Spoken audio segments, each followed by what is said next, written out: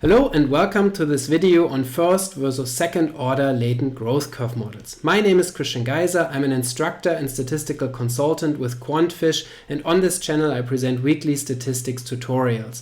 On Tuesdays I usually talk about issues related to the Mplus software, and on Thursdays I present more general issues in multivariate statistics, including structural equation modeling, factor analysis, multi-level modeling, and latent class analysis. If this is something that interests you, then please subscribe to this channel. Also, don't forget to hit the like button and to check out the description for additional resources, including a link to my free weekly statistics newsletter. In this video, I want to explain the difference between first and second order latent growth curve models, and I will begin with first order latent growth curve models, which are more frequently used and which more people are familiar with. So let's take a look at a first order latent growth curve model. What could this look like? So we might have, for example, a variable that is measured on 4 measurement occasions, here indicated as y1 through y4. For example, this could represent repeatedly measured intelligence scores based on the same IQ test, measured in the same people on 4 occasions of measurement to assess changes over time in intelligence, for example, or y1 through y4 could represent repeatedly measured depression scores or anxiety scores or other types of personality scores. In a latent growth curve model, the observed variable or the observed scores are hypothesized to be a function of a so-called intercept factor. The intercept factor represents true inter-individual differences on the attribute at the first time point. So for example, here the intercept factor could represent true inter-individual differences in intelligence at time 1. And so that's the case because all variables load onto this factor with a factor loading of 1. This is what makes this factor an intercept or initial level factor. Furthermore, there is a slope factor on which all indicators load except the indicator at time 1, because that's the one that identifies, so to say, or defines the intercept factor, and there's no change at time 1, and so the slope factor then impacts all other indicators, all other time points except for time 1, where change has not taken place yet. In this example, the slope factor is a linear slope factor as indicated by the loadings that increase here in this linear fashion, assuming that the measurement occasions are equally spaced, meaning that they are equidistant. There's the same amount of time between y1 and y2, for example, as there is between y2 and y3 in terms of the time interval. And then if we set the loadings in this linear manner, like here, 1, 2, 3, 4, 5, 6, and so on, if we had more time points, then this slope factor can be interpreted as a linear change factor. So this indicates individuals' linear rate of change across time. And in this model, the intercept and the slope factor can be correlated because there could be a relationship between the initial state and change over time. For example, individuals who are already high on intelligence, they might change less than individuals who are not so high yet. For example, this could be indicated by a negative relationship, for example. So this can also be estimated here as part of the model. And then we have measurement error variables as well. So with this model, we can separate fluctuations over time that are simply due to random measurement error from true changes over time, true linear changes across time. And the model allows us to estimate both the mean and variance of the intercept and slope factors as well, so that we can look at the mean growth curve, and that we can look at individual differences in the initial status and in change across time. Now, why is this called a first order latent growth curve model?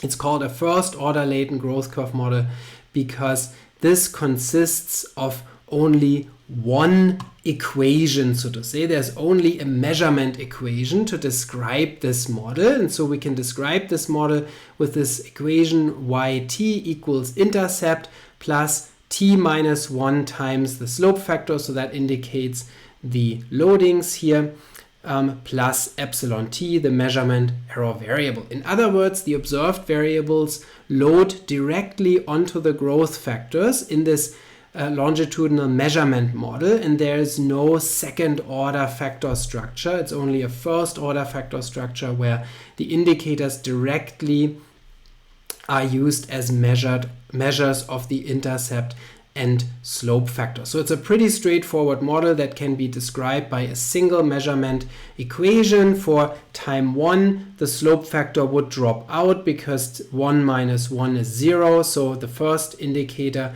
here only measures the intercept factor, and the equation simplifies to y1 equals intercept plus epsilon 1 when you have t equals 1. For all other time points, you also have a loading on the slope factor. So in summary, this is a pretty straightforward model that can be described by a pretty simple measurement equation and is therefore called a first order latent growth curve model. Now let's take a look at a second order latent growth curve model and how that contrasts with this model. So in a second order latent growth curve model, the fundamental difference is that we have multiple indicators at each time point. So remember that in the first order latent growth curve model, there was only one variable, one indicator of intelligence, for example, the overall score or the sum score on an IQ test. Now we have multiple indicators at each time point here. So we have 4 time points again, and we have the same 3 indicators measured 4 times. For example, scores from 3 different intelligence tests, or maybe subscales or item parcels, or maybe individual items that reflect or are supposed to reflect the same construct, and those are each measured at each time point, which has the advantage that now we can first of all examine a measurement model at each time point. So we can now impose, for example, or assume a so-called congeneric measurement structure or a congeneric measurement model where the set of indicators measure a common factor tau at each time point. So this factor tau 1, tau 2, tau 3, and tau 4 represents true inter-individual differences at each time point versus the epsilon variables, which represent measurement error. So now we have, so say,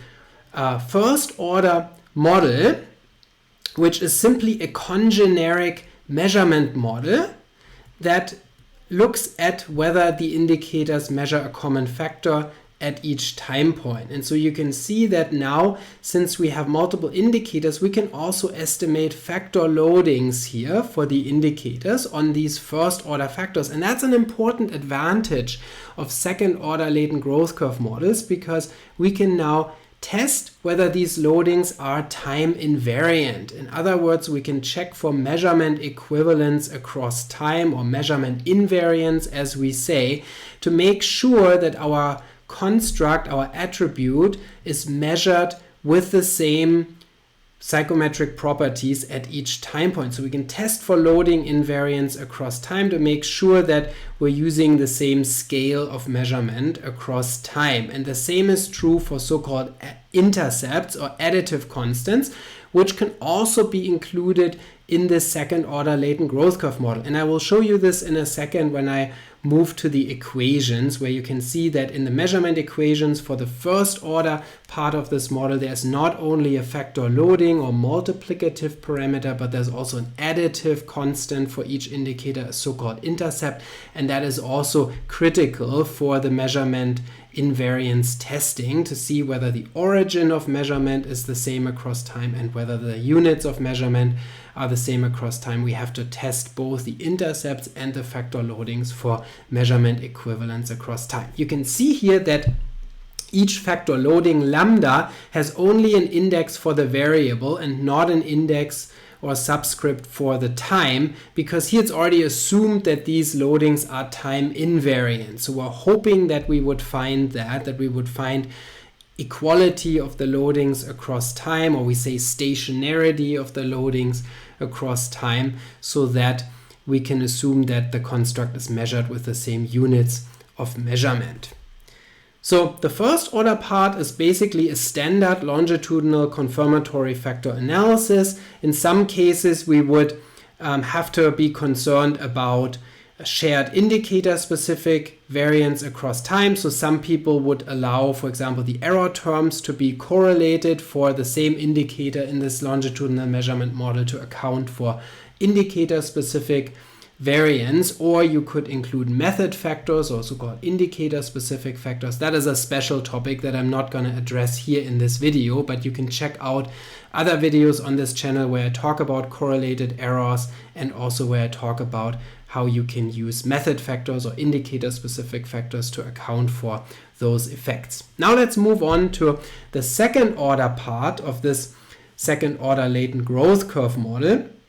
And so that's where our growth factors come into play. So these are in this model so-called second order factors, because the indicators for the intercept and slope factors now are the latent variables from the first order part of this model, as opposed to the indicators or observed variables directly. Remember that in the first order latent growth curve model, the observed variables directly had loadings on the intercept and slope factors, and the loadings were all fixed. Now the indicators or observed variables do not have loadings directly onto the intercept and slope factors, but instead they have loadings on the first order factors, and then the first order factors are the indicators of the intercept and slope factors. So the structure that you can see here, where the tau factors are loading on the intercept factor with a loading of 1, and on the linear slope factor with loadings of 1, 2, 3, this parallels what we saw on the previous slide in the first order model.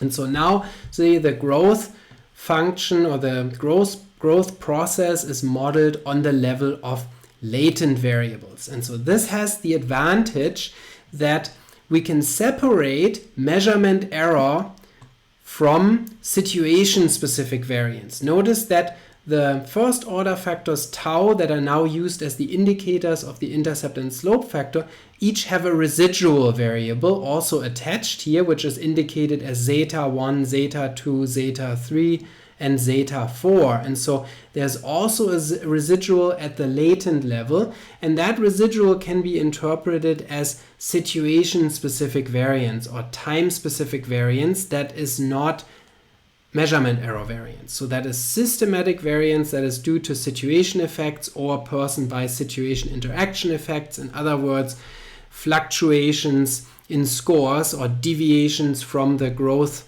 curve, from the growth trajectories that are systematic in nature and not due to measurement errors or situation specific deviations. You could imagine, for example, that if the construct here were anxiety or some other emotion trait, then those zeta variables might indicate a situation-specific deviation of the anxiety scores. For example, might have been a situation where individuals were more anxious than typical or than would be predicted by the growth curve overall due to some kind of event or a specific situation that they were in at this time point. And so this is something that we could not separate with first order latent growth curve models, but we can separate such systematic situation specific variance from measurement error variance in second order growth curve models, because here we have a measurement model for the observed variables, and so the measurement model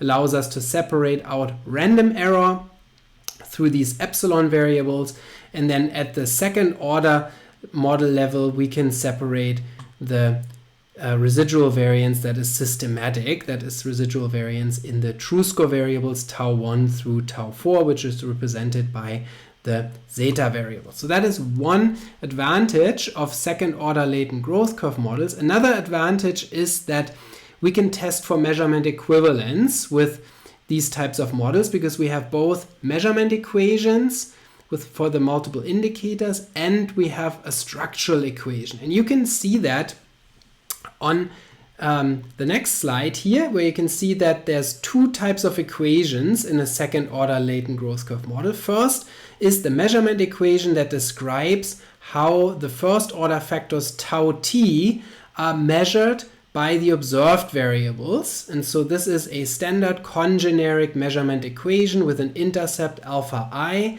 a loading lambda I, the time specific first order factor tau t, and a measurement error variable epsilon it. Notice again that alpha and lambda here have no index t because they're assumed to be independent of time or time invariant, and that's a testable assumption. So this measurement model here already implies strong measurement equivalence across time because neither alpha nor lambda have an index for the time point. And so this is something that can be tested based on this measurement equation.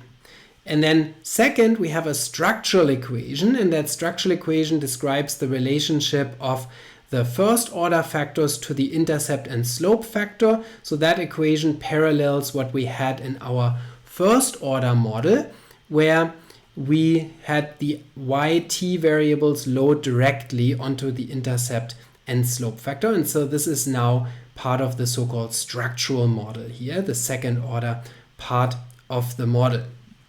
So that's another advantage, that you can test for measurement equivalence with second order latent growth curve models. Another advantage is that since you have more than one indicator in your model, you can also test for indicator specific effects. So you can look at whether all indicators reflect the growth process in the same way, or whether some indicators perhaps are more sensitive to changes over time than others, whether there are any indicator specific variance components that can also be determined with second order latent growth curve models. And it has also been shown that second order latent growth curve models have more power to detect inter-individual differences in change across time due to the use of a measurement model with latent variables. So if you're interested, for example, in explaining inter-individual differences in change over time, why do some people change more than others,